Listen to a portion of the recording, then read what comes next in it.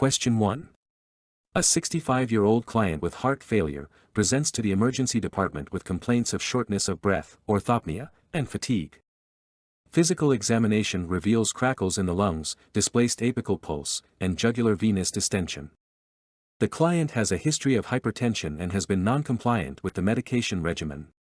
Which of the following are consistent with left-sided heart failure? Select all that apply. A. Peripheral edema. B. Productive cough with pink-tinged sputum. C. Decreased urine output. D. S3 gallop rhythm. E. Hypertension. F. Ascites. G. Cool extremities. The correct answer is B. Productive cough with pink-tinged sputum. C. Decreased urine output. And D. S3 gallop rhythm.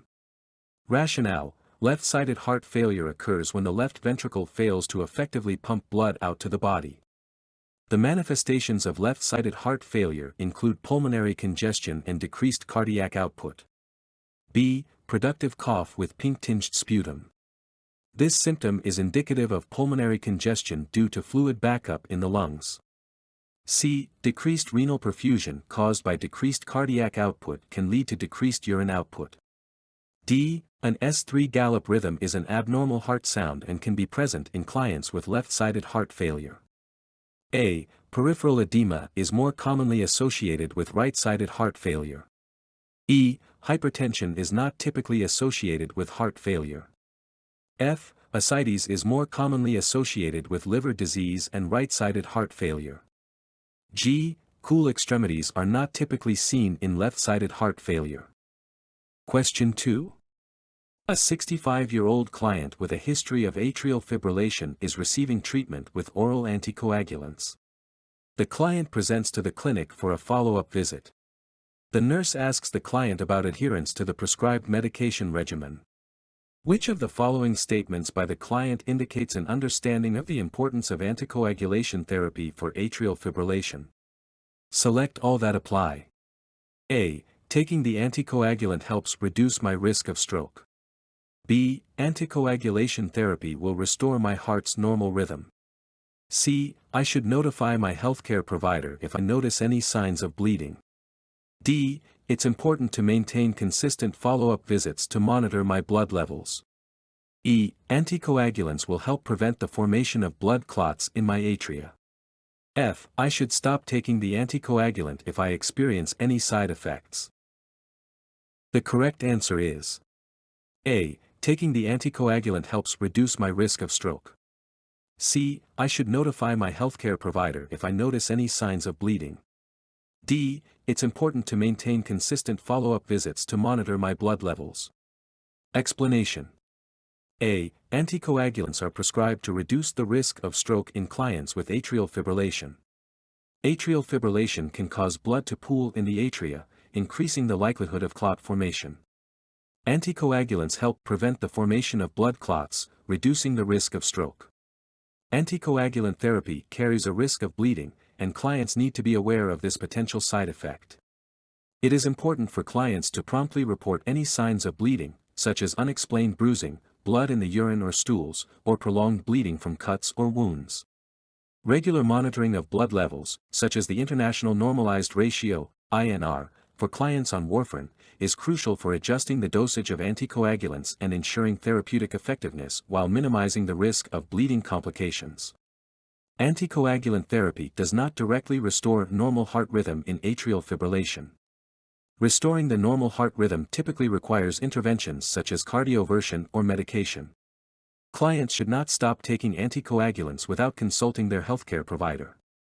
Sudden discontinuation of anticoagulant therapy can increase the risk of clot formation and subsequent complications. It is essential for clients to discuss any side effects with their healthcare provider for appropriate management. Question 3. A 58-year-old client presents to the clinic with complaints of leg pain during walking and cramping in the calves. The pain is relieved with rest. The client reports a history of smoking and a sedentary lifestyle. On physical examination, the nurse notes decreased pedal pulses and cool skin in the lower extremities. These findings are consistent with claudication. Which of the following statements accurately describes claudication? Select all that apply. A. Claudication is caused by vasospasm of the blood vessels in the legs.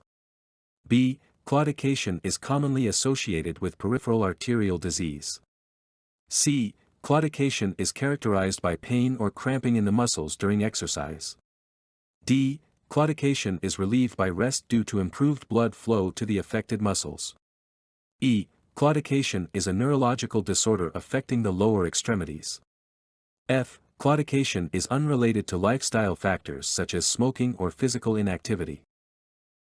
The correct answer is B. Claudication is commonly associated with peripheral arterial disease.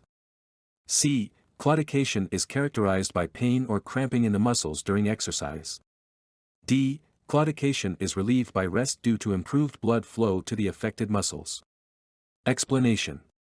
Claudication is a symptom often associated with peripheral arterial disease, which involves the narrowing or occlusion of arteries supplying the lower extremities. Reduced blood flow to the muscles during exercise leads to pain or cramping. Claudication is typically described as pain, cramping, or aching in the muscles of the lower extremities, such as the calves, thighs, or buttocks. This discomfort occurs during physical activity and is caused by inadequate blood flow. When a person with claudication rests, the oxygen demand of the muscles decreases, and blood flow improves. Rest allows the affected muscles to recover from the inadequate blood supply and relieve the pain or cramping. A. Claudication is caused by vasospasm of the blood vessels in the legs. This statement is incorrect. Claudication is primarily caused by atherosclerosis and arterial narrowing, leading to reduced blood flow, rather than vasospasm. E. Claudication is a neurological disorder affecting the lower extremities. This statement is incorrect. Claudication is not a neurological disorder. It is a symptom related to inadequate blood flow to the muscles, typically caused by arterial disease. F. Claudication is unrelated to lifestyle factors such as smoking or physical inactivity. This statement is incorrect. Lifestyle factors such as smoking and physical inactivity are significant risk factors for the development and progression of peripheral arterial disease and, consequently, claudication. These factors contribute to the formation of atherosclerotic plaques and reduced arterial blood flow. Question 4. A 62-year-old client presents to the emergency department with complaints of chest pain. The pain is described as squeezing, substernal, and radiating to the left arm. The client also reports experiencing shortness of breath and diaphoresis. The nurse suspects angina is the cause of the client's symptoms. Which of the following statements accurately describes angina? Select all that apply. Multiple choice. A. Angina is caused by a complete blockage of a coronary artery. B. Angina is relieved by nitroglycerin. C. Angina is a chronic inflammatory condition of the heart muscle. D. Angina is characterized by chest pain that worsens with rest. E. Angina is a result of increased oxygen supply to the heart. F. Angina is commonly triggered by physical exertion or emotional stress. The correct answer is B. Angina is relieved by nitroglycerin. And F. Angina is commonly triggered by physical exertion or emotional stress. Explanation. Nitroglycerin is a vasodilator that helps relax and widen the coronary arteries, increasing blood flow to the heart muscle. It is a common medication used to relieve angina symptoms. Angina is often precipitated by activities that increase the heart's demand for oxygen, such as physical exertion or emotional stress. These triggers can lead to an imbalance between oxygen supply and demand in the heart muscle, resulting in angina symptoms. A. Angina is caused by a complete blockage of a coronary artery. This statement is incorrect. Angina is typically caused by partial blockage or narrowing of the coronary arteries due to atherosclerosis. While a complete blockage of a coronary artery can result in a heart attack, myocardial infarction, it is not characteristic of angina. C. Angina is a chronic inflammatory condition of the heart muscle. This statement is incorrect. Angina is not a chronic inflammatory condition of the heart muscle. D. Angina is characterized by chest pain that worsens with rest. This statement is incorrect. Angina typically occurs with physical activity or emotional stress, leading to an increased demand for oxygen. Rest or administration of nitroglycerin helps alleviate the symptoms by improving blood flow and reducing the heart's oxygen demand. Angina is a result of increased oxygen supply to the heart. This statement is incorrect. Angina is not a result of increased oxygen supply but rather an imbalance between oxygen supply and demand in the heart muscle. Reduced blood flow due to coronary artery narrowing leads to inadequate oxygen delivery to meet the heart's increased demand, resulting in angina symptoms. Question 5. A 55-year-old client with a history of hypertension and hyperlipidemia presents to the emergency department with sudden onset of severe chest pain radiating to the left arm. The client appears diaphoretic and anxious. The nurse suspects a myocardial infarction. Which of the following signs or symptoms are commonly associated with MI? Select all that apply. A. Elevated blood pressure. B. Cool, clammy skin. C. Nausea and vomiting. D. Increased urinary output. E. Substernal chest pain. F. Decreased heart rate. The correct answer is B, C, and E. Explanation. During a myocardial infarction, the sympathetic nervous system is activated, resulting in peripheral vasoconstriction. This can cause cool, clammy skin due to reduced blood flow to the periphery. Nausea and vomiting are common symptoms during a myocardial infarction. These symptoms can be attributed to the stimulation of the vagus nerve and the release of stress hormones during the acute cardiac event. Myocardial infarction is typically characterized by severe, crushing, or pressure-like chest pain that is often described as substernal. The pain may radiate to the left arm, neck, jaw, or back. The pain is usually prolonged and not relieved by rest or nitroglycerin. While elevated blood pressure can be seen in some cases of myocardial infarction, it is not universally present. Blood pressure can vary depending on factors such as the individual's baseline blood pressure, the extent of the infarction, and the body's compensatory mechanisms. Increased urinary output is not commonly associated with myocardial infarction. In fact, during a myocardial infarction, the body's compensatory response, mediated by the sympathetic nervous system, includes fluid retention, which can lead to decreased urinary output. During a myocardial infarction, the heart rate typically increases due to the release of catecholamines as part of the sympathetic response. Bradycardia or decreased heart rate is less common in the acute phase of a myocardial infarction. Question 6. A 68-year-old client is admitted to the medical surgical unit with a diagnosis of sepsis. The client's blood pressure is consistently below the normal range, and the client appears weak and lightheaded. The nurse suspects hypotension. Which of the following statements accurately describes hypotension? Select all that apply. A. Hypotension is defined as a blood pressure reading above 140/90. B. Hypotension is commonly associated with excessive fluid volume. C. Hypotension can cause dizziness and lightheadedness. D. Hypotension is commonly seen in dehydration. E. Hypotension is characterized by blood pressure below the normal range. F. Hypotension is commonly caused by vasoconstriction. The correct answer is C. Hypotension can cause dizziness and lightheadedness. E. Hypotension is characterized by blood pressure below the normal range. Explanation. Hypotension, or low blood pressure, can lead to decreased perfusion of the brain, resulting in symptoms such as dizziness and lightheadedness. Reduced blood flow to the brain can impair cerebral function and cause these symptoms. Hypotension is defined as systolic blood pressure below 90 or diastolic blood pressure below 60. These values are considered below the normal range and indicate low blood pressure. Hypotension is defined as a blood pressure reading above 140/90. This statement is incorrect. Hypotension refers to low blood pressure. B. Hypotension is more commonly associated with hypovolemia, or low blood volume, rather than excessive fluid volume.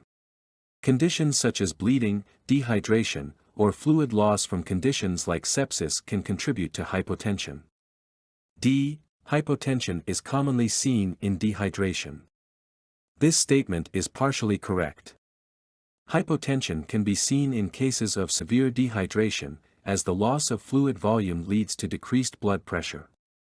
However, hypotension can also result from other causes such as sepsis or cardiac dysfunction. F. Hypotension is commonly caused by vasoconstriction. This statement is incorrect. Hypotension is not commonly caused by vasoconstriction. Vasoconstriction typically leads to an increase in blood pressure, hypertension. Hypotension is often associated with vasodilation or reduced systemic vascular resistance. Question 7. A 65-year-old client with a history of diabetes mellitus and peripheral artery disease presents to the emergency department with severe pain and discoloration in the left foot. On examination, the nurse notes a loss of sensation and absent pulses in the affected foot. The client's foot appears cold, pale, and mottled. Gangrene is suspected. Which of the following statements accurately describes gangrene? Select all that apply. A. Gangrene is a condition characterized by the death and decay of body tissues. B. Gangrene is commonly caused by an infection with bacteria. C. Gangrene can result from impaired blood flow to the affected area. D. Gangrene is often associated with diabetes mellitus and peripheral artery disease. E. Gangrene is a reversible condition with appropriate medical intervention. F. Gangrene typically affects only the skin and superficial tissues. The correct answer is A. Gangrene is a condition characterized by the death and decay of body tissues. C. Gangrene can result from impaired blood flow to the affected area. D. Gangrene is often associated with diabetes mellitus and peripheral artery disease. And F. Gangrene typically affects only the skin and superficial tissues. Explanation. Gangrene is a condition characterized by the death and decay of body tissues. Gangrene occurs when body tissues suffer from prolonged ischemia, lack of blood supply, leading to tissue necrosis and subsequent decay. It can involve various layers of tissues, including skin, muscles, and even internal organs. Gangrene is often a consequence of impaired blood flow, such as in cases of arterial occlusion or severe peripheral artery disease. Inadequate perfusion leads to tissue ischemia and subsequent tissue death. D. Gangrene is often associated with diabetes mellitus and peripheral artery disease. Clients with diabetes mellitus are at increased risk of developing gangrene due to long-standing high blood sugar levels and associated vascular complications. Peripheral artery disease also contributes to impaired blood flow and increases the risk of gangrene development. F. Gangrene can affect both the skin and deeper tissues, including muscles and organs. It can manifest as dry gangrene, limited to the skin and superficial tissues, or wet gangrene involving skin, underlying tissues, and often associated with bacterial infection. B. Gangrene is commonly caused by an infection with bacteria. This statement is incorrect. While gangrene can be complicated by bacterial infection, it is not primarily caused by infection. The primary cause of gangrene is tissue ischemia resulting from impaired blood flow. E. Gangrene is a reversible condition with appropriate medical intervention. This statement is incorrect. Once gangrene occurs, the affected tissue is irreversibly damaged and cannot be restored. However, prompt medical intervention can help prevent the further spread of gangrene and control the infection if present. Treatment often involves surgical debridement or amputation, along with appropriate antibiotics if infection is present. Question 8. A 55-year-old male client with a history of peripheral artery disease and diabetes mellitus presents to the clinic with a non-healing ulcer on his right foot. Despite various interventions, the ulcer has progressed, and the client's healthcare provider recommends amputation. The client expresses concerns and seeks clarification regarding the amputation procedure. Which of the following statements accurately describes amputation? Select all that apply. A. Amputation is a reversible surgical procedure performed to remove a limb affected by disease or trauma. B. Amputation may be necessary to remove non-viable tissue and prevent the spread of infection. C. Amputation can be performed for cosmetic reasons to improve body image. D. Amputation is commonly performed under general anesthesia. E. Amputation is a permanent procedure, and the removed limb cannot be reattached. F. Amputation requires extensive physical therapy for rehabilitation and adaptation. The correct answer is B. Amputation may be necessary to remove non-viable tissue and prevent the spread of infection. D. Amputation is commonly performed under general anesthesia. F. Amputation requires extensive physical therapy for rehabilitation and adaptation. Explanation. Amputation may be necessary to remove non-viable tissue and prevent the spread of infection, in cases where tissue damage is severe, such as in advanced peripheral artery disease, severe trauma, or non-healing ulcers. Amputation may be necessary to remove non-viable tissue that is at risk for infection. Amputation can help prevent the spread of infection to adjacent healthy tissues. Amputation is typically performed under general anesthesia, which ensures the client's comfort and unconsciousness during the surgical procedure. General anesthesia allows for adequate muscle relaxation, pain control, and the ability to monitor the client's vital signs. An amputation requires extensive physical therapy for rehabilitation and adaptation. After amputation, physical therapy plays a crucial role in the client's rehabilitation and adaptation to the loss of a limb. Physical therapists work with the client to improve strength, balance, mobility, and functional abilities using prosthetic devices or assistive devices. The goal is to maximize the client's independence and optimize their quality of life. A. Amputation is a reversible surgical procedure performed to remove a limb affected by disease or trauma. This statement is incorrect. Amputation is a permanent procedure where a limb or part of a limb is surgically removed and cannot be reattached. It is performed to eliminate diseased or non-viable tissue, relieve pain, improve function, or address life-threatening conditions. C. Amputation can be performed for cosmetic reasons to improve body image. This statement is incorrect. Amputation is not performed for cosmetic reasons. It is a medical procedure performed to address specific health conditions or complications and is not carried out solely for aesthetic purposes. E. Amputation is a permanent procedure, and the removed limb is not reattached. This statement is correct. Amputation involves the permanent removal of a limb or part of a limb. Question 9. A 60-year-old male client presents to the emergency department with sudden onset of chest pain. The client describes the pain as a crushing sensation that radiates to his left arm and jaw. The pain started while he was resting at home. The nurse suspects acute myocardial infarction.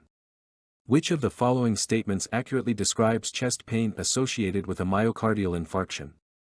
Select all that apply. A. Chest pain associated with myocardial infarction is typically relieved with rest or nitroglycerin. B. Chest pain associated with myocardial infarction is often sharp and localized to one specific area.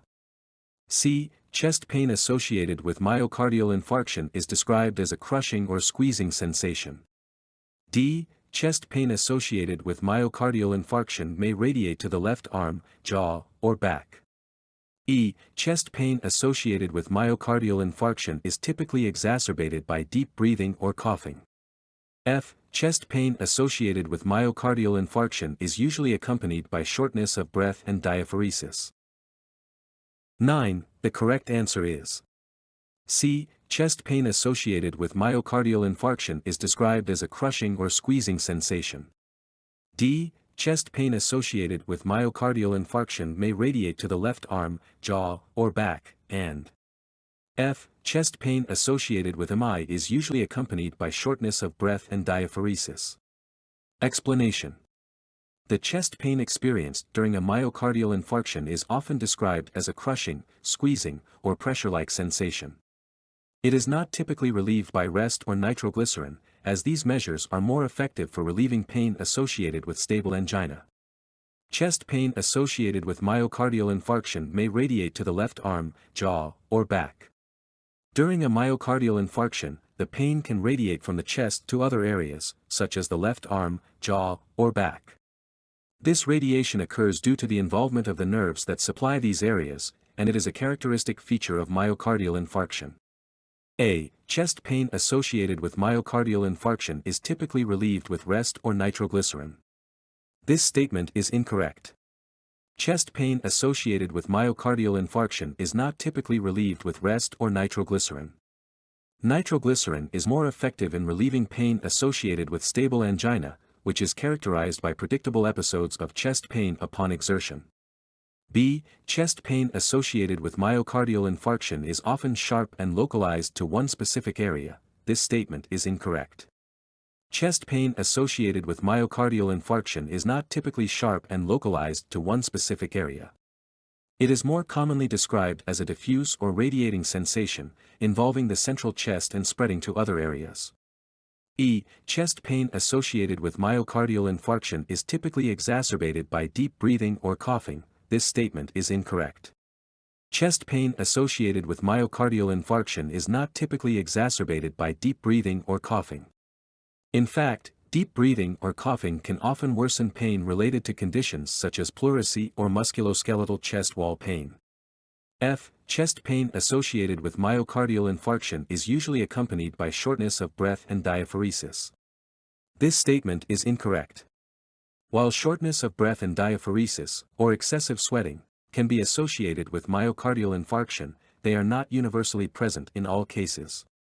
The presence of these symptoms can vary depending on the extent and location of the myocardial infarction and individual variations in symptom presentation. Question 10. A 70-year-old female client is admitted to the hospital with sudden onset of weakness on the right side of her body and difficulty speaking. The nurse suspects a stroke.